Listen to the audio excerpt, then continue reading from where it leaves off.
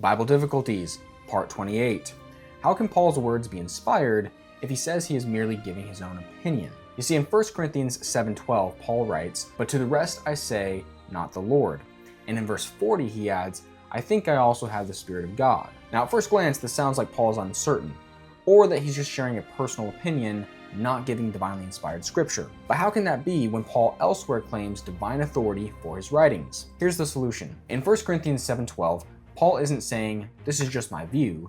He's saying that Jesus didn't directly address this specific situation, namely marriage between a believer and an unbeliever. Jesus had given teaching on divorce between believers, but not on this. So now Paul, as an apostle, is giving authoritative instruction to fill in that gap. Second, in verse 40, Paul's statement, "I think I also have the Spirit of God," is not a sign of doubt, it's a rhetorical expression of confidence, almost ironic.